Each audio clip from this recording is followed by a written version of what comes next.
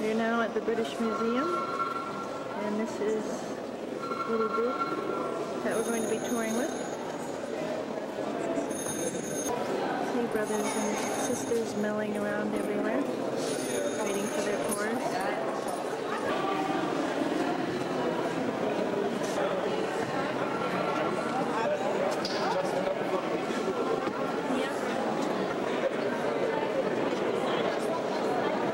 David Miller. I'm from Wokingham congregation, which is not far, it's near Windsor.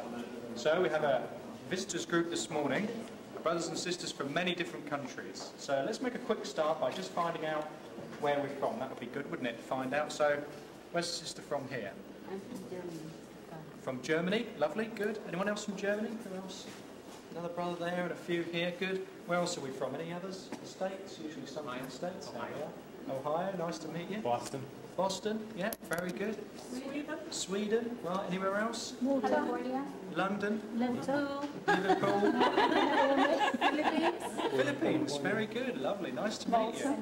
Malta, really? Yes, Malta, but I'm very English actually. Oh, right, Malta. Oh, do you know Philip Vasey? Originally. Oh, was a circuit overseer over there once. Never mind, that's another story. Good, so we're an international group, and it's lovely to have international group of brothers and sisters. So how is your English? Can everybody follow English quite well? She can't, she's from Liverpool. There's no answer to that. Right, so I'll try and go a little bit slower for you, okay? But if I'm going too quick, just slow me down. On this morning is tour number 2, which is called Jehovah is a God of True Prophecy. Okay, so we're going to look at 5 different prophecies from 3 different nations: Syria, Babylon, and Medo-Persia. We're going to be looking at the books of Isaiah and Daniel. Okay? And here in the museum we're going to look at these civilizations to prove that Isaiah's words of prophecy came true by the use of these particular nations. So let's just consider together a scripture to start us off. It's on the book of Isaiah 46. Okay, so you might want to keep. It reads, "The one telling from the beginning the finale, and from long ago the things that have not been done. The one saying, my own counsel will stand, and everything that is my delight I shall do." So, everything he says will come true. So in this tour, we will look at these things in the museum to prove Isaiah's words were indeed words of prophecy. Now we just want to consider what time we are in with Isaiah. Now he completed his writings in the year 732 BCE. Okay, try and remember that. 732 BCE. That's when he finished his writings. But what was life like for Isaiah when he lived? What was the national situation in Israel? What was the international situation in countries surrounding Israel? Well, if we have a look again at the book of Isaiah, this time chapter 6, and this just sets the scene for us. Yes. "In the year that King Uzziah died, I, however, got to see Jehovah sitting on a throne lofty and lifted up, and his skirts were filling the temple." Verse 8, "I began to hear the voice of Jehovah saying, whom shall I send? Who will go for us? And I proceeded to say, here I am, send me." So in what year did Isaiah receive this commission? Chapter 6. It was the year 778 BCE. Okay, 778 BCE. So in that year was when Uzziah died, King Uzziah died, and he received his commission. But what was the situation in the country of Israel, Judah, and surrounding areas? Well, read on a little further in Isaiah chapter 7 and verse 1. "It came about in the days of Ahaz, the son of Joram, the son of Uzziah, the king of Judah, that Rezin, the king of Syria, and Pekah, and son of Remaliah, the king of Israel, came up to Jerusalem for war against it, and he proved unable to war against it." Thank you very much. Well, this is the situation nationally. We read in Isaiah 7 verse 1 that Ahaz is king of Judah. Was Ahaz a good king or a bad king? Think. king or a good king? Ahaz. What do you think? Was he a bad king? Yeah, that's right. Young sister says he was a bad king. Very good, that's right. We know that he sacrificed his sons to the god Baal, so on. So we don't need to go into that to establish Ahaz was a bad king at that time. But he was a king over the 2 tribes. But over the 10 tribes, you had Pekah. And according to 7 verse 1, Pekah made an alliance with Rezin of Syria. Why? Because he wanted to usurp the authority of Ahaz. He wanted Ahaz out of the 2 tribes. So there was faction, there was war between the nations of Israel at this time. Very difficult, wasn't it? Nationally, in this country, difficult situation. Well, we read on a little bit further there in Isaiah 7 verse 6. The scripture reads for us here, "Let us go up against Judah and tear it apart, and by breakthroughs take it for ourselves. Let us make another king reign inside it, the son of Tabeel." So that establishes for us conclusively that Pekah wanted to oust Ahaz from the 2 tribes. Well, what about internationally? What was going on in countries around Judah, surrounding areas? Well, now, according to biblical chronology and to archaeology, we understand that Assyria was becoming a world power. But it wasn't until the Assyrian king called Tiglath-Pileser that Assyria became a world power. Do you remember that name? Tiglath-Pileser. Remember that? You can remember that. Oh, good. All right then. Well, he had another name, Tiglath-Pileser. According to the Bible, he was also called Pul. P-U-L. Pul. So that was his real name, it's thought. But archaeologists also feel that as well as the name Pul, Tiglath-Pileser was the name he took when he became king, because that was the name of a very victorious king prior to his time. So he's known as 2 different names in the Bible and in archaeological history. Well, what we're going to do now is go and visit the world of Tiglath-Pileser, see what his palace would have looked like, have a look at some of the wall inscriptions, and see how he ties in with Bible accounts from Isaiah and Daniel. So we just need to walk to the 3rd that we'll read about in the scriptures, also known as Pul. Well, it's a typical picture of an Assyrian king, long, grandiose beard, squared off at the bottom, nice big hat. Okay, who remembers Tommy Cooper? A few of us know he was an English comedian, but he had a hat, like a fez, on his head. So this is very similar. It's the same sort of style of hat. But this is a typical identification of an Assyrian king. This typically grand feature. Well, we understand that he was quite an aggressive king himself. He was very, how can you put it, he really brought the Assyrian people together, much in the same way that Augustus did for the Romans. So he built national pride back into the people. He set up institutions of education that had formerly collapsed, so the people were very proud of their king Tiglath. So naturally you can understand when he asked them to go to war against other nations, they were quite willing, weren't they? They said, yes, Tiglath is a good king, he's a good ruler, we shall fight for him. Well, what sort of things happened when the Assyrians went to war? Well, the scriptures indicate that they were quite bloodthirsty people. Was that really true? Was that really the case? Any more so than any other nation? Well, let's just move into the corner down here, have a look at some more reliefs of occasions when the Assyrians went to war at the moment. But just here is Tiglath. Here's him with the hat on his head, the beard, and he is standing with his foot on the enemy. Can you see that down here? So humiliating the enemy. They would torture the enemy and treat them cruelly, and they would humiliate them, stand on them, and then, as we see on another tour, they would commit quite grievous acts against them. So just here, as you can see, with his foot on the enemy, this man lying down. And over in the corner, we see just here the vulture carrying off the stomach intestines of a human body after the battle, so that bodies would be left in the open fields, and as the Assyrians were quite happy to depict, the birds would carry off the entrails and the remains of the ones they had killed. Imagine in its day as well, all these stone reliefs would have been in full colour. Imagine the graphic pictures they would have seen in their palaces. All these stone reliefs are from the palace of Tiglath. Now, it's interesting here that at the beginning of the scripture of Isaiah we read that Rezin and Pekah were fighting against who? No, it wasn't his name. Who were they fighting against?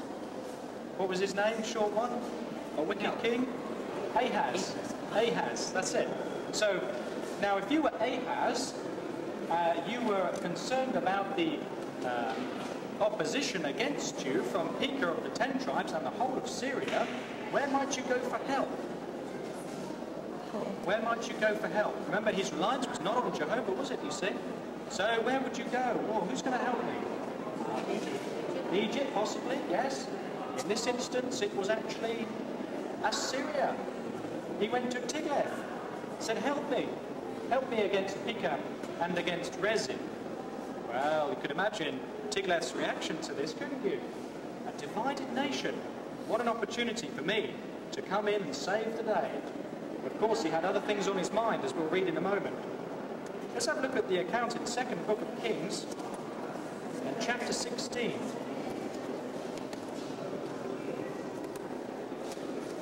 Second book of Kings, chapter 16, and verse 6. Okay. Perhaps always forget your colleague's name, don't you? Could you read that for me, Alan? Sorry, thanks. Yeah, 6 to 10. Nice and loud for us, please. Thanks. At that time, Rezin, the king of Syria, restored Elam to Edom, after which the Syrians withdrew to Elam, the Edomites and their part went to Elam, and kept dwelling there down to this day. Ahaz executed the king of Syria, saying, I am your servant, your son. Come up and save me out of the power of the king of Syria, and out of the power of the king of Israel, who are rising up against me. Accordingly, Ahaz took the silver and the gold that we found in the house of Moses, and in the treasures of the king's house, and said to the king of Assyria of Rome. At that the king of Assyria listened to him, and the king of Assyria went up to Damascus and captured it, and led its people into exile at Kir, and Rezin he put to death. Then King Ahaz went to speak to Tiglath-Pileser, the king of Assyria, at Damascus, and he got to see the altar that was in Damascus.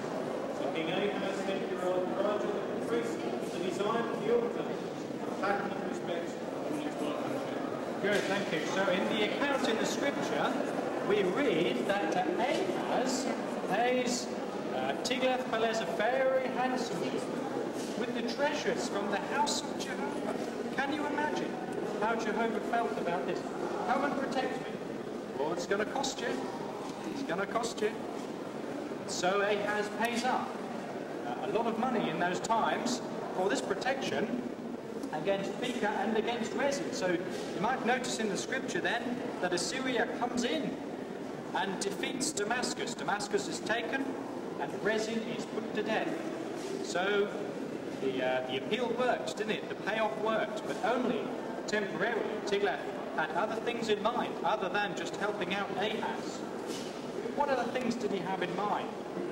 Well, archaeologists tell us, as well as the scriptures indicate, that there was mass deportation of the people of Judah and of the 2 tribes under Ahaz.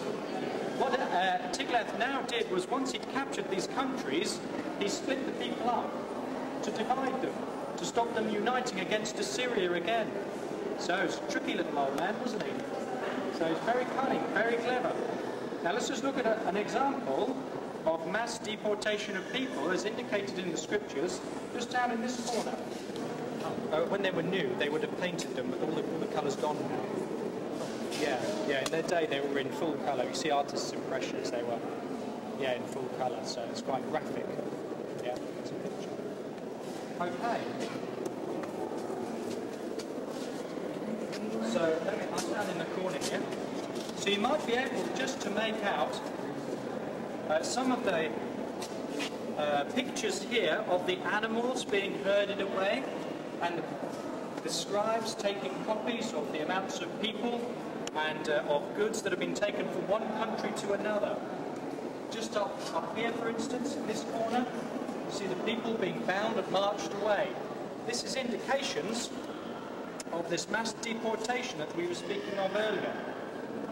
Well, what happens now is because Tiglath is beginning to deport the people, Ahaz, who's already paid him off, has no more to pay him with. So, what we find now is also the 10 tribe under Pekah say to Tiglath, what will it cost for you to leave our nation alone? So Tiglath is saying, well, it's going to cost you a lot of money for me to stop this mass deportation of your people, dividing them up. So the Inside Book indicates to us that he was paid off, temporarily appeased, with $6.6 million. That's about 4.4 million pounds. He paid him to stay away from the 10 tribes to stop this division of the people. But this was only temporary, as the scriptures indicate to us a little further on in 2 Kings 15, verse 29. 2 Kings 15:29 says there, in the days of Pekah, the king of Israel, Tiglath-Pileser, the king of Assyria, came in and proceeded to take Ijon and Abel-Beth-Maachah and Genoa, Kadesh, Hazor, Gilead and Galilee, all the land of Naphtali, and to carry them off into exile in Assyria. So these stones agree with what Kings is telling us, this record in Kings, and that the payoffs didn't work. But what little lesson can we quickly learn from this? That Tiglath was clearly taking advantage of a divided nation. Yes, he'd been paid off by the 2 tribes, and then he was paid off again by the 10 tribes, and he still got his way after that. Do you not think that Satan looks today for similar ways to attack people who are divided? If a congregation of brothers is divided, does not Satan take advantage of this? And if you like, he cashes in, doesn't he, on this effect of division amongst the brothers. So it was the same in Israel, that he took advantage fully, took advantage fully of divided nations. That's a lesson for us, isn't it, today? Well, according to the scriptures, who came after Tiglath? Well, after Tiglath we have Shalmaneser V, and then after Shalmaneser came Sargon, and after Sargon was Sennacherib.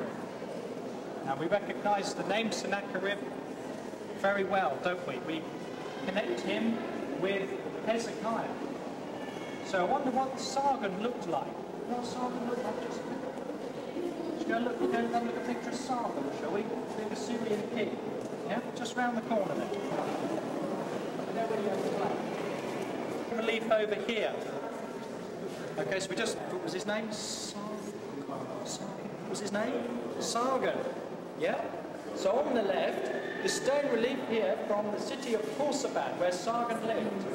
On the right-hand side, possibly Sennacherib, his son. If not Sennacherib, then a high court official. So on the right, possibly Sennacherib. On the left, definitely Sargon. So we see these wall reliefs give us clear evidence of the chronological line of the kings of Assyria, according to the scriptures and according to archaeological evidence, on these nations of Israel, Babylon, Medo-Persia. So what we need to do now is we're just going to go for a little walk just to start the first prophecy in connection with Assyria. So keep in mind where we've just looked at all this national and international situation. Remember now Sennacherib is king. We're going to go and look at this first prophecy in connection with Isaiah. Okay, so if you'd like to follow me in the area. Okay?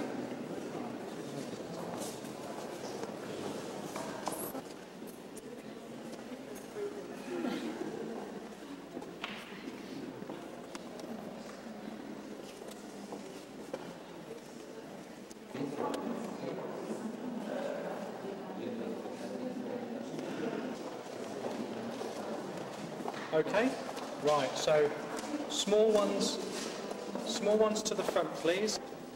This cylinder called Taylor's Prism. Taylor's Prism. Now we're picking up the account from downstairs where we came to the time of Sennacherib as the Assyrian king. And he fought a battle against Hezekiah, king of Judah. Just remind ourselves in 2 Kings 18 verse 13. Okay? 2 Kings 18 verse 13, which says, in the 14th year of King Hezekiah, Sennacherib the king of Assyria came up against all the fortified cities of Judah and proceeded to seize them. Okay, so he comes in up against Judah, he has Jerusalem, has Hezekiah like a bird in a cage, as the expression was used, and Hezekiah was trying to pay off Sennacherib from invading Judah. But notice the prophecy here in Isaiah chapter 8 and verse 7. Isaiah chapter 8 verse 7.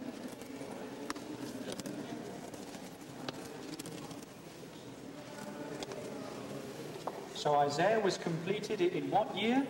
Can you remember? 732 BCE. All right. So verse 7 says here, Isaiah chapter 8, even therefore, look, Jehovah is bringing up against them the mighty and the many waters of the river, the king of Assyria and all his glory. And he will certainly come up over all his stream beds and go over all his banks and move on through Judah. And he will actually flood and pass over up to the neck he will reach. And the outspreading of his wings must occur to fill the breadth of your land, O Emmanuel. Well, the prophecy tells us here, in its completion in 732 BCE, that Assyria would come into Judah and invade up to the neck, so to speak. Almost, but not quite, completely destroy Israel. Did this happen? Yes, we've just read in 2 Kings that the account tells us that Sennacherib came into Judah, but he did not take Jerusalem. So he did not completely come over the top, but just up to the neck in Assyrian trouble was Israel.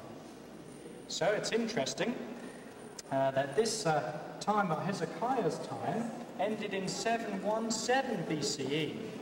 So only 10, 15, 20 years there before prophecy was fulfilled by the Assyrian king. So we ask a question here, would an Assyrian king be interested in fulfilling Hebrew prophecy? What do you think? Not a chance. Not interested in Hebrew prophecy, is he? He's an Assyrian king, he has a different religion. And yet, 15, 20 years after the completion of Isaiah, this prophecy came true around the year 717 BCE, this invasion of Jerusalem, an attempted invasion up to the neck, in trouble. That's our first prophecy. Isaiah chapter 8, verses 7 and 8, this coming up to the neck in the time of Sennacherib. Now, when they came up against the city of Jerusalem, we read that there was tributes paid. But it's interesting here that another prophecy was made in connection with this invasion, attempted invasion of Jerusalem. Have a look at Isaiah 37, for instance, and verse 21.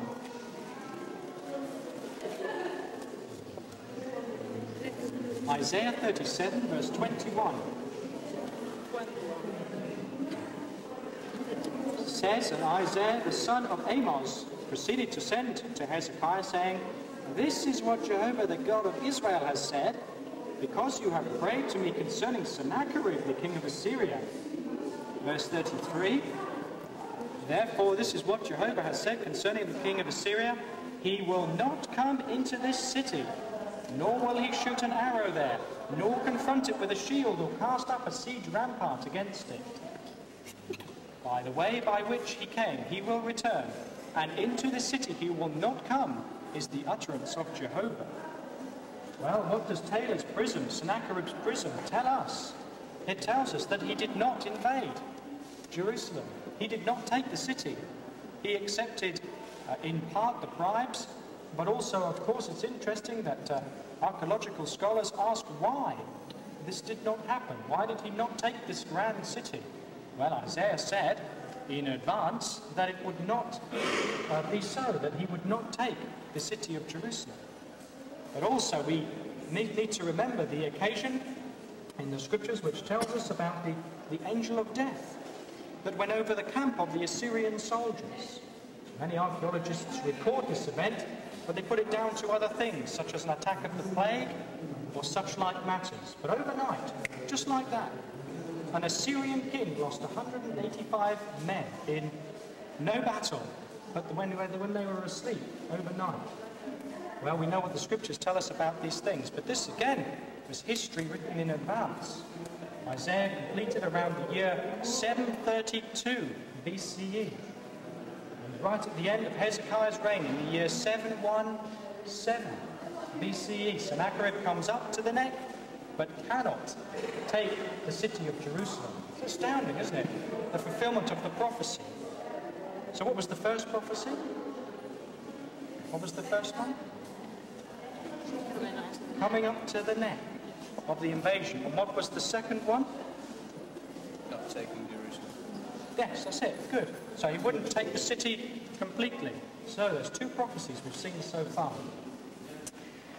Well, it's interesting that after the invasion of Israel and then the retreat by the Assyrians, as time went on, there was another world power to come into play. Now, the Bible foretold many years in advance that this would be which nation? Medo-Persia. Almost? Greece. Babylon. Babylon. Okay. Now, at this time, when Isaiah wrote this prophecy about Babylon, Babylon was no more than a tiny, tiny part of the nation of Assyria. A tiny part.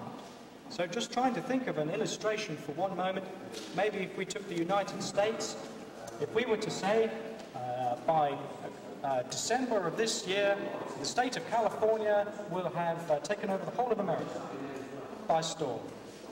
And the capital's going to change to somewhere in California, and that's where the president's going to live, and everybody's going to live under Californian rules.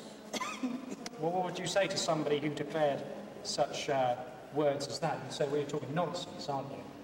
Because California's a tiny part of America. Well, Babylon was a tiny, tiny part of the nation of Assyria at this time. But Isaiah stuck to his words.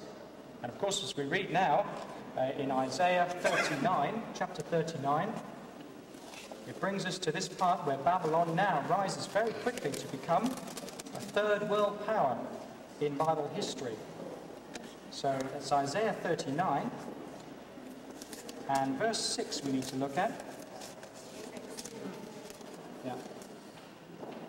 So it says here, look, days are coming, and all that is in your own house, and that your forefathers have stored up down to this day, will actually be carried to Babylon. Nothing will be left, Jehovah has said. Some of your own sons that will come forth from you, to whom you will become father, will themselves be taken and actually become court officials in the palace of the king of Babylon. Can you imagine these words to the people then? They thought, nonsense, this is never going to happen. Well, as quickly as Isaiah foretold the rise of the nation of Babylon, he also foretold its destruction. Have a look too there in Isaiah 47, just a few chapters on, and verse 1. Isaiah 47, verse 1, which says, come down, sit down in the dust, O virgin daughter of Babylon. Sit down in the earth where there is no throne, O daughter of the Chaldeans. For you will not experience again that people call you delicate and dainty. Verse 5. Sit down silently and come into the darkness, O daughter of the Chaldeans. For you will not experience again that people call you mistress of kingdoms.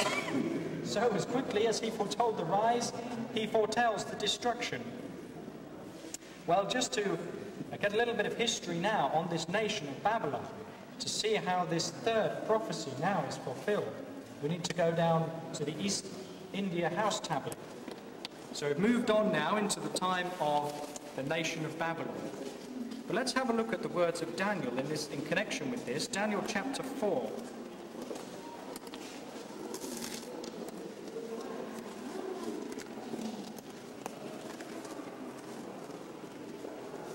Okay, so Daniel 4 and verse 28. Who'd like to read that for us? Volunteer. 28 to 30. Sister, please. Yep, nice and loud. All this befell Nebuchadnezzar the king. At the end of 12 lunar months, he happened to be walking upon the royal palace of Babylon. The king was answering and saying, "Is not this Babylon the great, that I myself have built for the royal house with the strength of my might and the dignity of my majesty?" Good. Okay, so Daniel records that Nebuchadnezzar, king of Babylon, walks through the palaces and admires all the wonderful makings of his own city and kingdom. In connection with this East India House tablet corroborates for us the Bible's account that Nebuchadnezzar was indeed a Babylonian king and very proud of his achievements with his grand city. The inscriptions here tell us about his majesty and his wonder and the efforts that he went into making this wonderful city in such a short space of time, relatively speaking. Well, at this time, Babylon and the king of Babylon were heavily into the use of divination to foretell the future. So we've seen how the Bible helps us many times to foretell the future accurately. Nebuchadnezzar wanted to rely on forms of divination. One of those forms of divination was reading into the liver, a sheep's liver. So how did he do this, I wonder? What did this mean? Well, we need to walk down just into the other room to look at an example of a sheep's liver. What was the third prophecy that we've just discussed, by the way, just to keep us on track? That Babylon would become a major power. Good. And That would be destroyed. good. Excellent. That was the third prophecy. So we're now with the nation of Babylon. But we're considering this matter of foretelling the future, prophecy. But this is in connection with divination. Now, just consider for a moment this example in Ezekiel 21:21.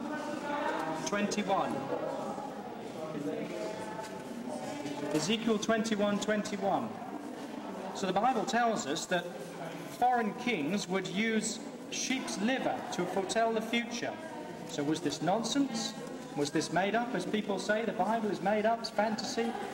Well, we'll see here that it was very accurate in its foretelling how Babylonian kings would conduct their nations. 21 verse 21 says, "For the king of Babylon stood still at the crossways, at the head of the two ways, in order to resort to divination. He has shaken the arrows. He has asked by means of the teraphim. He has looked into the liver." So down here in the corner, we can see a clay model on the top row, on the left, a clay model of a sheep's liver. So we're not absolutely sure how they used divination with the sheep's liver, but this clay model here that was discovered would have been used for teaching pupils, for lessons in divination.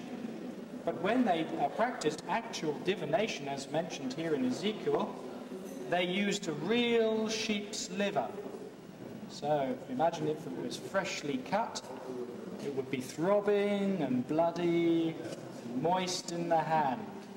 But they would use this sheep's liver to foretell, as it says in Ezekiel, which way shall we send our armies? Which way? Now, do foreign leaders use divination today in warfare? Yes. Yes, it's a fact, isn't it? They'll openly admit that they used methods of divination in warfare. Well, the Babylonian king was doing that 3,000 years ago, 4,000 years ago. Nothing new from that point of view. But it's interesting that just on this matter of divination, they would send their armies, hundreds of thousands of men, into battle in a certain way. And, well, if they were all defeated and slaughtered, well, maybe the gods weren't with them that day. But if there was victory, well, divination must work. This magical reading into the sheep's liver must work. Today, how many millions of men and women have lost their lives because leaders of certain countries use divination in their decisions for warfare? And it still goes on today. It's still practiced. It's still quite common. It's interesting that in the newspaper the other week, the England football manager, team manager, used a faith healer on the England team before they played Portugal. Well, the England team won, didn't they? So he might see that as being a useful way of keeping his team going. So there is still this interest, implicit interest by many people in foretelling the future. But as we've seen from the scriptures, it already foretells the future. It already tells us how ancient civilizations would live and die. But more importantly, or just as importantly, how future nations will also live, as we'll see at the end of the tour. Well, that's a reading, or the foretelling of the future. That's how other nations carried on this work, apart from the Hebrew people. Well, just after the time of Babylon, the fall of Babylon, there came along another nation. We've mentioned them already, the Medes and the Persians. So what we want to understand is, yes, the Bible foretold that Babylon would fall, would be destroyed by the Medes and Persians, but how did history tell us that this occurred? How was it that this grand, majestic city suddenly fell overnight to an opponent? Well, we'll go back up to the Babylonian area to look at some archaeological records of how Babylon fell in connection with the scriptures, just up the tide. So what was the first prophecy? I'm okay, I've got the notes. Sister? Coming up to the neck. Good. Who came up to the neck? The Assyrians. The Assyrians who invaded. Against Israel. Good, yes. What was the second prophecy we looked at from Isaiah? Would not be Jerusalem. They would not take the city of Jerusalem. And there was a very short period of time there, 732 to 717. So we think of prophecy, we sometimes think of hundreds of years, don't we, you see? But this was a short one. What was the third one? Third prophecy? Babylon. Yes, rise and then crash. Yeah. So now we're going to look at the fourth prophecy in the tour. Consider together Isaiah 13 in connection with Babylon. Isaiah 13 and verse 17. So who'd like to read verse 17 for us, and then 19 and 20? Volunteer? Sister, please. Okay, nice loud voice. 17. Please, yeah. Here I am arousing against them the Medes, who account silver itself as nothing, and who, as respects gold, take no delight in it. Any other verses? 19 and 20. 19 and 20. In Babylon, the decoration of kingdoms, the beauty of the pride of the Chaldeans, must become as when God overthrew Sodom and Gomorrah. She will never be inhabited, nor will she reside for generation after generation. And there the Arab will not pitch his tent, and no shepherds will let their flocks lie down there. Right. So here are these words of Isaiah, and you imagine the people's reaction. Babylon fall, just like that, never to be inhabited? How ridiculous. As if we say, well, by the end of this year, London will no longer be inhabited. It will be taken over and nobody will live there anymore, and the whole place will become desolate. Well, you'd think, well, that was daft, wouldn't you? And you'd be quite right to think that was daft. Well, who's remembering from the magazines and from the Inside book, the Nabonidus Chronicle? Who remembers the Nabonidus Chronicle? Yes, you've heard of this? How big is Nabonidus Chronicle? How big? Big record. How many feet? It's a tiny thing. Yes. Well, the actual Nabonidus Chronicle that you've read about so many times is just here. Number 26, the last small stone here on the right-hand side. This one here, Nabonidus Chronicle. A tiny piece, but so important in Bible history. This tells us here of the account of the fall of Babylon by the hands of the Medes and the Persians, by Cyrus, who was foretold in the scriptures. Well, such a small portion, but so important in connection with Isaiah 13, proves conclusively that this event really happened, and that this prophecy really did come true. Interesting here, on this side, in connection with the Nabonidus Chronicle, and also this stela here, this stone plinth, the Nabonidus stela, helps us to confirm the date on which Babylon fell. So let's just recount for a moment, which year did Babylon fall? Can you remember? This is an important one for Bible students. Which year? 539. Nearly, very good there. 539 BCE. Okay, what year was Isaiah completed? 732. How much difference? 200 years? Right, so it's incredible, isn't it? 200 years in advance. Isaiah prophesies this fall of this pagan king and this mighty nation. Really, I put it to you, brothers, it's astonishing, isn't it? Astonishing. Well, in what month did Babylon fall to the hands of the Medes and the Persians, according to the Chronicle? Which month? The year 539 BCE, which month? October. Very good.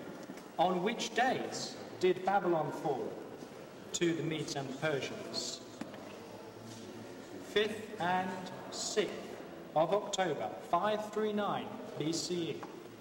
On what month did Babylon fall to the Medes and the Persians? October. What year? 539. On what day? 5th and 6th. On what year? 539. On what month? October. What days? 5th and 6th. And don't you ever forget. Why is this date important to us as Bible students? Why is this important to archaeology? Well, because the arrival of Jesus Christ later on hinges on this date. It does indeed, yes. This year, to archaeologists and to Bible students, is called a pivotal year. A pivotal year, meaning that you can count accurately in front of that date and behind that date. It's an absolute date in history, mankind's history. So what month? October. What day? 5th and 6th. What year? 539. Yes. And how many years in advance did Isaiah foretell this prophecy? 200. 200 years in advance. Astonishing. So all these artifacts that we see here in the museum qualify for us conclusively that Bible history is accurate. It's history written in advance, not just about its own nation of Israel, but of the Assyrians, of the Babylonians, and now, as we shall see, of the Medes and the Persians. But one other interesting point before we move on to the Medes and the Persians is found for us in Daniel chapter 5.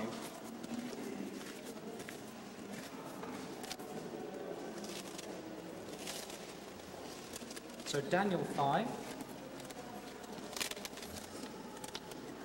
And we want to look at, I think, verse 16.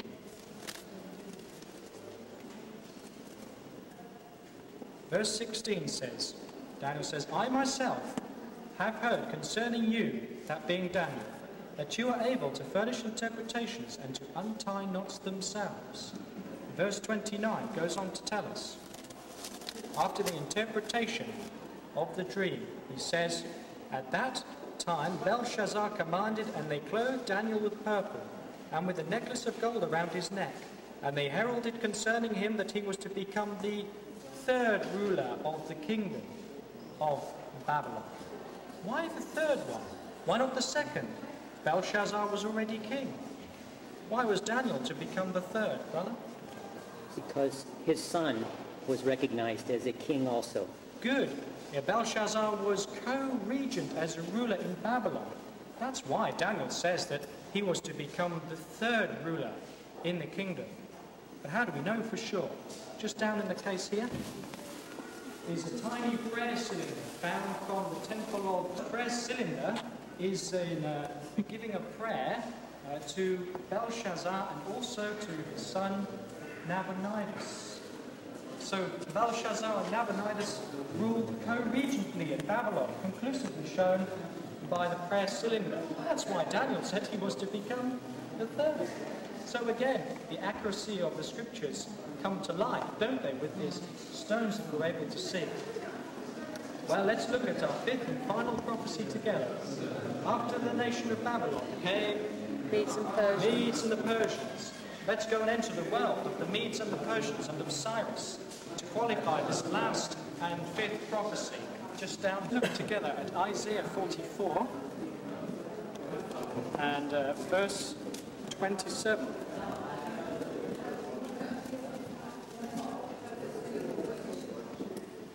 Isaiah 44 verse 27 says, "The one saying to the watery deep, be evaporated, and all your rivers I shall dry up. The one saying of Cyrus, he is my shepherd. All that I delight in he will completely carry out.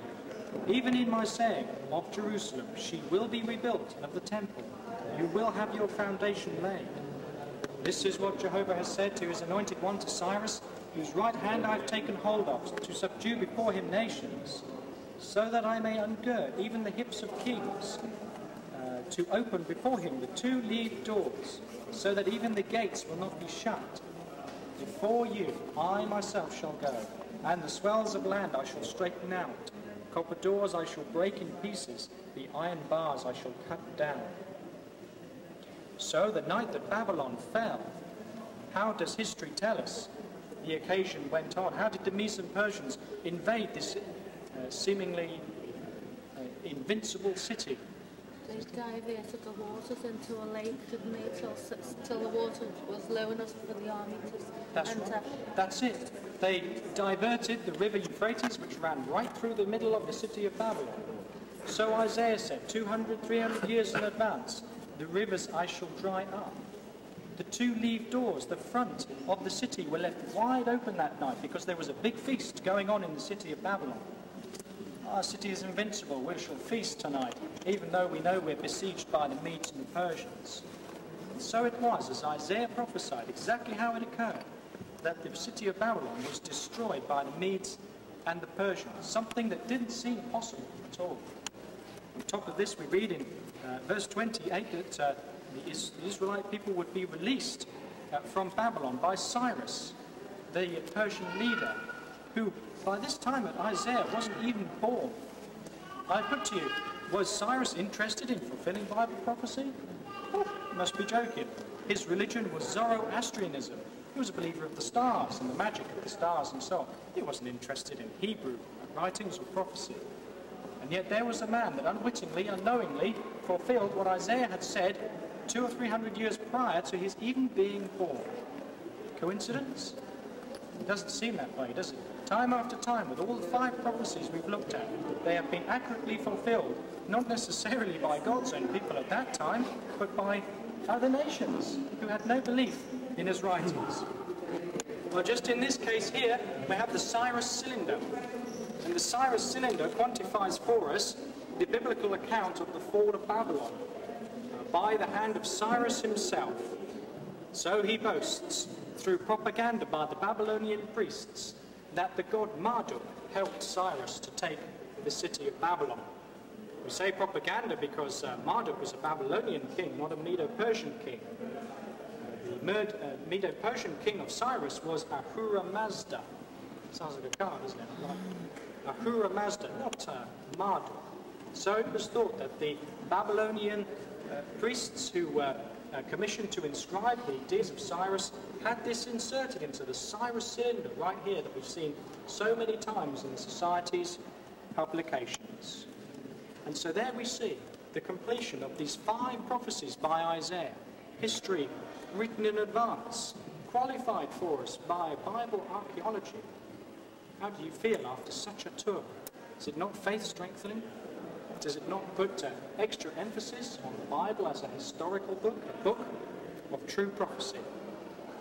Well, some of the things that Isaiah managed to see fulfilled before he died. How did he die, by the way? It's thought he was sawn asunder from top to bottom. So that's just a Jewish, what's the expression I'm looking for? Tradition, thank you, yeah. That tells us that he may have died this way. But he saw Assyria becoming a second world power. He saw the flooding up to the neck of his own people by Sennacherib, and he saw Jehovah's deliverance of the people of Israel from the hand of Sennacherib. But because of his death, he would not have seen the rise of Babylon. He would not have seen the rise of the Medes and the Persians, and he would not have seen the rebuilding of the Temple of Jerusalem when Cyrus let the people go from the city. But all through the scriptures, we note something very important. Isaiah, he never says, I am telling you. He always says, Jehovah has said. So the prophecy, the words are always given to his God. So when you see these prophecies that have come true, how do you feel about prophecies that will come true in the future? For instance, Isaiah says in chapter 2, verse 2, all nations will live peaceably together. It says in Isaiah 65, there will be fine homes and enjoyable work for everybody.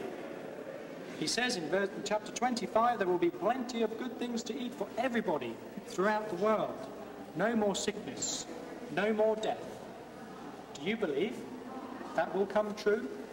Do you believe that Jehovah is a God of true prophecy? So thanks very much for your time this morning. Thank you. You're welcome. Thanks very much. So you've got another tour this afternoon, somewhere.